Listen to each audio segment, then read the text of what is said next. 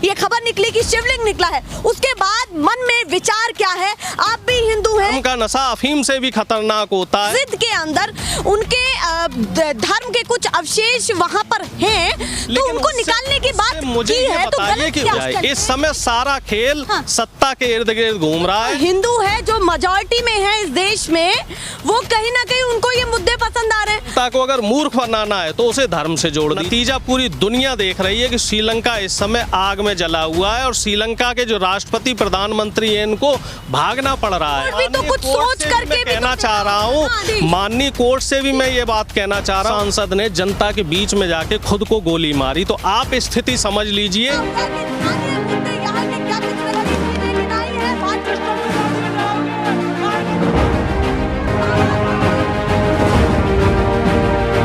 National pillar, देश की आवाज। नमस्कार, एक बार फिर से आप सभी का स्वागत है और मैं आपके साथ मीरा राजपूत। नेशनल पिलर देखना शुरू कर चुके हैं आप सभी। ये मुद्दा इतना बड़ा हो चुका है कि कल सुप्रीम कोर्ट में सबूतों के साथ सुनवाई है। क्या मुद्दा है आपको पता चल चुका होगा, ज्ञान वापी मस्जिद का मुद्दा जो सीधे काशी से निकला और कल उसकी हियरिंग है। एक रात बाकी है। क्या कुछ और लोग भी सोच रहे हैं जो समाज के बीच में रहते हैं, सामाजिक कार्यकर्ता हैं, उनके विचारों को लेकर के कैमरे के सामने आते हैं। मुद्दा तो बहुत बड़ा हो चुका है क्योंकि दो पक्षों के बीच में अलग अलग विचार चल रहे हैं, अलग अलग बातें निकल रही हैं और उस परिसर से, उस मस्जिद के परिसर से बहुत सारे सबूत इकट्ठे करके कल पेश होने वाले। बहुत बड़ी बात है और जगह जगह केवल यही खबर चल रही है। ये खबर कितनी जरूरी है, इनसे ही पूछ लेते हैं क्या कुछ सोचना है इनका। सीधे मैं आपका वेलकम करती हूँ, बहुत स्वागत है आपका। तो क्या कुछ कहना चाहते हैं अरुणेश जी? जो मुद्दा चल रहा है पूरे 4 घंटे से, ये खबर निकली कि शिवलिंग निकला है, उसके बाद मन में विचार क्या है? आप भी हिंदू हैं, तो उसको लेकर के क्या कहना चाहते हैं? देखिए, शिवलिंग निकला है, स्वागत है, लेकिन मैं ये कह रहा हूँ चलिए वहाँ शिव मंदिर बना दीजिए, ठीक है, फिर उसके बाद क्या करेंगे? हाँ। और पहली बात तो ये है कि हमने सरकार क्या शिवलिंग ढूंढने के लिए या मंदिर ढूंढने के लिए बनाई थी? हमने जो सरकार बनाई थी या भारतीय जनता पार्टी को हम सत्ता में लाए थे, तो उस समय मुद्दा ये नहीं था कि आप जगह जगह जाकर मस्जिदों को खंगालेंगे और ये ढूंढेंगे कि कहाँ पे मंदिर था, कहाँ पे क्या था, कहाँ पे क्या नहीं था। बीजेपी की एक सांसदा महोदया हैं जो अभी तक विलुप्त थी और अब एकदम से प्रकट हुई और ये कह रही जी ताजमहल जो है उनकी प्रॉपर्टी पे बना था और उनके पास उनके पेपर है जिसमें कोर्ट ने उनको फटकार भी लगाई। तो इस समय जो भारतीय जनता पार्टी है मुद्दों से जनता को भटकाने का काम कर रही है। पिछले 2 महीने से, जब से 5 राज्यों के चुनाव के परिणाम आए हैं, ये पूरे देश का माहौल, पोलराइजेशन का माहौल बना रही है। 80 बनाम 20 की लड़ाई करने का काम कर रही है क्योंकि इनका ये कार्ड वहाँ कहीं ना कहीं सफल होता दिखा है। तो अब ये चाह रहे हैं कि 2024 आते आते देश में हिंदू मुस्लिम के नाम की जो बीच की जो खाई है उसको और बढ़ा दिया जाए और इससे लाभ किसे होगा? लाभ होगा सिर्फ और सिर्फ बीजेपी को या फिर ऐसे सांप्रदायिक पार्टियों को जो देश की जनता को बांटने में लगी हुई हैं। लेकिन इससे नुकसान किसे? नहीं, विवाद कहाँ? अगर किसी कुछ लोगों के मन में ये आता है कि मस्जिद के अंदर उनके धर्म के कुछ अवशेष वहाँ पर हैं, तो उनको निकालने की बात मुझे की है, तो गलत कि क्या? उससे हासिल क्या हो रहा है? नासा, अमेरिका, रूस ये मंगल पे जा रहे हैं, वहाँ पानी ढूंढ रहे हैं, वहाँ जीवन ढूंढ रहे हैं। स्पेस यान का कॉन्सेप्ट चल रहा है कि अब आदमी इंडिया में नहीं घूमेगा, दुनिया में नहीं घूमेगा, अब स्पेस पे घूमा जाएगा। और हम कहाँ जा रहे हैं? हम जा रहे हैं 200 साल पीछे, 400 साल पीछे, 500 साल पीछे, 600 साल पीछे कि कब क्या था। और देश के जो टैक्स का पैसा है, क्या वो देश के टैक्स का पैसा खुदाई के लिए है कि हम भगवान को ढूंढ रहे हैं, हम मस्जिद को ढूंढ रहे हैं, हम चर्च को ढूंढ रहे हैं या हम गुरुद्वारे को ढूंढ रहे हैं? हम भगवान में तो आस्था ढूंढ रहे हैं कि भगवान का जो शिवलिंग है वो हमें मिल गया, लेकिन क्या मीडिया ने बात की कि चंदौली में जो बेटी है जिसको पुलिस ने गला दबा के मार दिया, अब तो उसकी पोस्टमार्टम रिपोर्ट भी आ गई है जिसमें साफ तौर पे ये लिखा हुआ है रिपोर्ट में कि गला दबा के मारा गया है। एक बेटी ललितपुर में जिसका साथ सामूहिक दुराचार हुआ था, थाने जाती है और थाने में जो दरोगा है जिसका नाम था तिलकदारी करके ऐसा ही कुछ नाम था, तिलकदारी सरोज, वो उसके साथ बलात्कार करता है और नाबालिग बेटी है। तो उसको इंसाफ का कनेक्शन ये है साहब कि जो जीवित लोग हैं, जो हमारी बहन बेटियां हैं, उनको तो सरकार न्याय नहीं दिला रही है। कहाँ पे अजान होगी, कहाँ पे हनुमान चालीसा होगा, इस पे तो बात हो रही है, लेकिन इस पे बात नहीं हो रही है कि किसान, मजदूर, युवा, इन बहन बेटियों का इनके साथ क्या होगा, इस पे बात नहीं हो रही। जीडीपी पे भी कहीं भी बहस नहीं हो रही है। भाई कहीं ऐसी जगह भी खुदाई कर लो जहाँ पे कोई ऐसी फाइल निकल आए जो जीडीपी में ग्रोथ कर दे। मैं तो सरकार से ये कहना चाह रहा हूँ, कोई ऐसा फॉर्मूला आप ढूंढ लो ना उस खुदाई में जिससे युवाओं को रोजगार मिलने लग जाए। कोई ऐसा फॉर्मूला आप ढूंढ लो जिससे कि जो करोड़ों मजदूर बेरोजगार कर दिए हैं आपने, जो लेबर लॉ खत्म करके उन मजदूरों को दोबारा रोजगार मिल जाए, लेकिन वो फॉर्मूला आप नहीं ढूंढेंगे। आप कौन सा फॉर्मूला ढूंढ रहे हैं कि अडानी को कैसे रईस बनाया जाए, कैसे कॉरपोरेट जगत का जो टैक्स है वो बचाया जाए, और कैसे आम आदमी के ऊपर टैक्स की मार बढ़ाई जाए, और कैसे जनता को मुद्दों से भटकाया जाए जिससे कि जनता डीजल पेट्रोल की जो कीमतें बढ़ रही हैं, घरेलू गैस की जो कीमतें बढ़ रही हैं, उस पे सवाल ना कर पाए। सिर्फ और सिर्फ धर्म की राजनीति इसलिए की जा रही है जिससे कि भारतीय जनता पार्टी की राजनीतिक रोटियां सिक जाएं। चुनाव आने वाले और हर जगह ये मैं आपको आश्वस्त कर रहा हूं कि हर जगह ये पोलराइजेशन करने का तरीका है, 80-20 का तरीका है ये। अच्छा, 80-20 का है। मेरा एक सवाल है, जो हिंदू है, जो मेजॉरिटी में है इस देश में, वो कहीं ना कहीं उनको ये मुद्दे पसंद आ रहे हैं। आप जैसे लोग आवाज भी उठाते हैं, पर उनको पता होते हुए भी उनको पसंद है वो मुद्दे, तो फिर राजनीति कैसी होगी? कि लोगों को मुद्दे पसंद नहीं आते हैं, ठीक है। लोगों को आप वही चीज सुबह शाम दिन रात दिखाएंगे तो आदमी क्या करेगा, ठीक है ना। आप अगर किसी भी व्यक्ति को सुबह से लेके शाम तक वही दिखाते रहेंगे, अजान, हनुमान चालीसा और बजरंग बली का जो है जाप करो, जी साहब यहाँ पे ये मस्जिद के अंदर ये मंदिर निकल के आया, ताजमहल नहीं तजो महल है, अब कुतुब मीनार की भी खुदाई चालू होगी, फिर कुछ दिनों बाद लाल किले पे भी कुछ होगा, फिर जामा मस्जिद पे भी कुछ होगा, तो लेकिन नहीं, मुझे काहे को दिक्कत होगी? क्या सरकार हमने ये मंदिर मस्जिदों की खुदाई के लिए बनाई थी?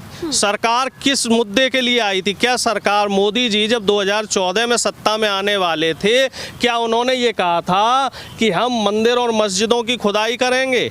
सरकार की जिम्मेदारी सिर्फ वहीं तक है। सरकार की जो नैतिक जिम्मेदारी है वो सिर्फ वहीं तक है। धर्म को देख लीजिए आप, आस्था का विषय होता है, धर्म को आस्था तक ही रहने दीजिए। जो जनता के मुद्दे हैं, अब आप बताइए, आप पट्टी बांध लें अगर आंखों के सामने, जैसे एक वो कहावत आपने सुनी होगी कि बिल्ली आ जाती है तो कबूतर जो है अपनी आंख बंद कर लेता है, तो क्या वो बिल्ली चली जाती है? वो बिल्ली कबूतर को मार देती है।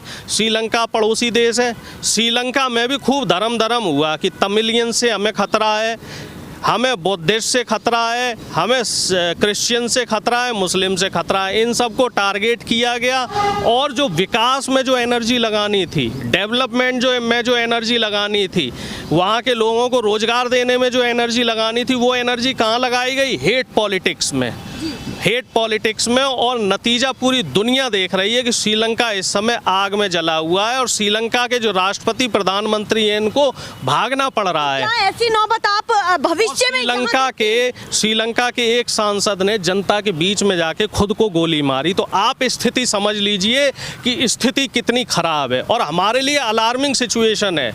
वहाँ की टोटल जीडीपी का 114% कर्जे में है, हमारे यहाँ की टोटल जीडीपी का 83% कर्जे में है। तो फर्क सिर्फ इतना है, और जो फर्क है, जो 20-30% का फर्क है, इसमें मुझे लग रहा है 2 साल या 3 साल ही लगेंगे। 2-3 साल बाद यहाँ भी वही स्थिति आने वाली है। आप स्थितियाँ नहीं समझ पा रहे हैं कि इस समय जो किसान की एक दिन की आय है वो मात्र 27 रुपये है, और इस समय डीजल और पेट्रोल की जो कीमत है वो किसी से से छुपी नहीं है, घरेलू गैस की कीमत किसी से छुपी नहीं है, जो रोजमर्रा का सामान है उसकी कीमत किसी से नहीं छुपी हुई है, सब्जियों की कीमत किसी से नहीं छुपी है। इन सब चीजों को कोई क्यों सुनेगा? जो चल रहा है उसको देखना नहीं, चला कौन रहा है? बस मैं फिर आपसे वही कह रहा हूँ, चला कौन रहा है? लोकतंत्र का चौथा स्तंभ किसे बोलते हैं? मीडिया को। और मीडिया को क्या दिखाना चाहिए इस समय? मीडिया का काम है मंदिर मस्जिद दिखाना, मीडिया का काम है अजान और हनुमान चालीसा पे बहस करना, मीडिया का काम है रोजगार पे बात करें, मीडिया का काम है चंदौली की बेटी को इंसाफ दिलवाएं, ललितपुर की बेटी को इंसाफ दिलवाएं। और जो तमाम केस यहाँ पे पेंडिंग है, मैं कोर्ट से भी कहना चाह रहा हूँ, माननीय कोर्ट से भी मैं ये बात कहना चाह रहा हूँ, करोड़ों केस पेंडिंग है, वहाँ पे ध्यान दिया जाए। ठीक है, अभी एक केस आया है 3 दिन पहले दिल्ली में, 3 आदमी जो 10 साल से सजा भुगत रहे थे, मौत की सजा, जिनको आजीवन कारावास हो गया था, और 10 साल बाद वो तीनों बेचारे निर्दोष साबित हुए। तो कोर्ट को 10 साल लग गए उनको बेगुनाह साबित करने में। कोर्ट का यही काम है कि आप 10 साल 15 साल 20 साल पुराने केसों पे तो ध्यान दे नहीं रहे हैं, लेकिन आप मंदिर कहाँ है, मस्जिद कहाँ है, वो तो आपने 10 दिन में फैसला दे दिया है। तो एक जीवित इंसान की जिंदगी का मूल्य क्या, जो ईश्वर हैं, ईश्वर का जो मंदिर ढूंढ रहे हैं या ईश्वर का हम कोई स्मारक ढूंढ रहे हैं, उससे ज्यादा है क्या? ईश्वर हमसे ये कह गया है कि आप जीवित इंसान की चिंता ना करें, सिर्फ मेरी चिंता करें। ईश्वर ने साफ कहा है कि आत्मा में ही परमात्मा का वास होता है। हम आत्मा की तो चिंता नहीं कर रहे हैं, आत्मा भूखी मर रही है पूरे देश की, लेकिन हमें चिंता किसकी है? परमात्मा की। और परमात्मा की भी चिंता नहीं है, चिंता है हमें सिर्फ सत्ता की, कि हमें सत्ता कैसे लानी है, हमें वोट की राजनीति करनी है, हमें जनता को भटका, जो कहते हैं ना, भ्रम में रखना है जनता को। और धर्म का जो नशा है वो अफीम से भी खतरनाक होता है, धर्म का नशा अफीम से भी खतरनाक होता है। और किसी दार्शनिक ने कहा है, अरस्तु ने ही कहा है कि जनता को अगर समझदार बनाना है, जनता को अगर, देश की जनता को अगर आगे की दिशा में ले जाना है तो उसे शिक्षा से जोड़िए, और देश की जनता को अगर मूर्ख बनाना है तो उसे धर्म से जोड़ दीजिए। नहीं तो मेरा माननीय कोर्ट से आग्रह है कि उन पे भी संज्ञान ले लीजिए, या सरकार का इतना दबाव है, या आपको भी राज्यसभा जाना है, क्योंकि अभी एक जज साहब राज्यसभा पहुंचे हैं ना, तो इस समय तो होड़ लगी हुई है कि कौन इस समय बीजेपी के प्रति ज्यादा वफादारी दिखाए, जिससे कि उनकी राज्यसभा की टिकट पक्की हो जाए। इस समय सारा खेल सत्ता के इर्द गिर्द घूम रहा है, कौन किसको ज्यादा मलाईदार पद लेना है। कल की हियरिंग को लेकर के क्या सोचते हैं? उससे क्या फर्क पड़ता है? कोई फर्क नहीं पड़ता। क्या फर्क पड़ता है भाई, आपके ऊपर क्या फर्क पड़ेगा? मैं कह रहा हूँ कि अगर वहाँ पे भगवान, हिंदू होकर के भी आप पर फर्क नहीं पड़ता। मैं बताइए, मैं सुबह भगवान की पूजा करता हूँ, डेली आधे घंटे पूजा करता हूँ, और ईश्वर ने खुद कहा है कि आत्मा में परमात्मा का वास होता है। भगवान कभी भी ये नहीं कहते कि आप मेरे पीछे ऊर्जा व्यर्थ कीजिए। भगवान ने खुद कहा है, और हमारी गीता में लिखा है, रामायण में लिखा है, सब जगह लिखा है कि कर्म ही पूजा है। अपना कर्म आप ईमानदारी से कीजिए। और ये सब जो मुद्दे हैं काशी में तो हलचल मची, इससे क्या फर्क? ये बताइए, काशी में हलचल मचाओ, अयोध्या में हलचल मचाओ, चाहे आप मथुरा में हलचल मचाओ, उससे क्या फर्क पड़ना है? प्रभाव नहीं छूटता। ये सिर्फ वोट बैंक की राजनीति है, और इससे सिर्फ बीजेपी का वोट बैंक सिद्ध हो रहा है, और इसमें जनता को समझना पड़ेगा, जनता को समझना पड़ेगा। और एक बात और मैं जोड़ रहा हूँ कि जो 5 kilo free ration Uttar Pradesh में बटा था, अब उसकी रिकवरी पे भी तैयारी हो गई है। कोर्ट के उत्तर प्रदेश सरकार के निर्णय, वो फैसले आ गए हैं, और लगभग हर जिले में 8 से 10 हजार घरों में रिकवरी हो रही है। तो सरकार को आप समझ लीजिए, सरकार जितना आपको फ्री का दे रही है ना, 10 गुना आपसे उसी स्पीड में वापस भी लेगी।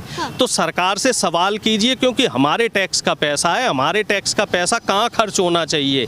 हमारी एजुकेशन पे जाना चाहिए, हमारे लिए जॉब्स पे जाना चाहिए, हमारे लिए बेहतरीन इंफ्रास्ट्रक्चर पे जाना चाहिए, या फिर इस तरह के सांप्रदायिक विवादों में जाना चाहिए? सीधे कह रहे हैं, क्या मुद्दे जरूरी हैं वो आप लोग ही डिसाइड कर सकते हैं। उन्होंने कहा हम अपने विचार व्यक्त कर सकते हैं, जिन लोगों के बीच से हमारे, जिस समाज से हमारे हैं, उनकी बातों को लेकर के हम बता सकते हैं। आगे आप सोचेंगे, आप डिसाइड करेंगे, और आगे आप ही बातें पहुंचाने वाले हैं। कितना जरूरी मुद्दा लोगों के लिए ज्ञान व्यापी मस्जिद है और कितना ज़रूरी मुद्दा वो है जो इन्होंने बताया। अब आप क्या सोचते हैं इस वीडियो को लेकर के हमें ज़रूर बताएं कमेंट सेक्शन में, और क्या ज्ञान व्यापी मस्जिद के हियरिंग को लेकर के आपके दिमाग में चल रहा है, हर व्यक्ति कमेंट करके हमें ज़रूर बताएं कि आप देश की भूमिका को किस तरीके से देख रहे हैं, या फिर जो इस समय राजनीति चल रही है उसको किस तरीके से देख रहे हैं। फिलहाल के लिए नमस्कार।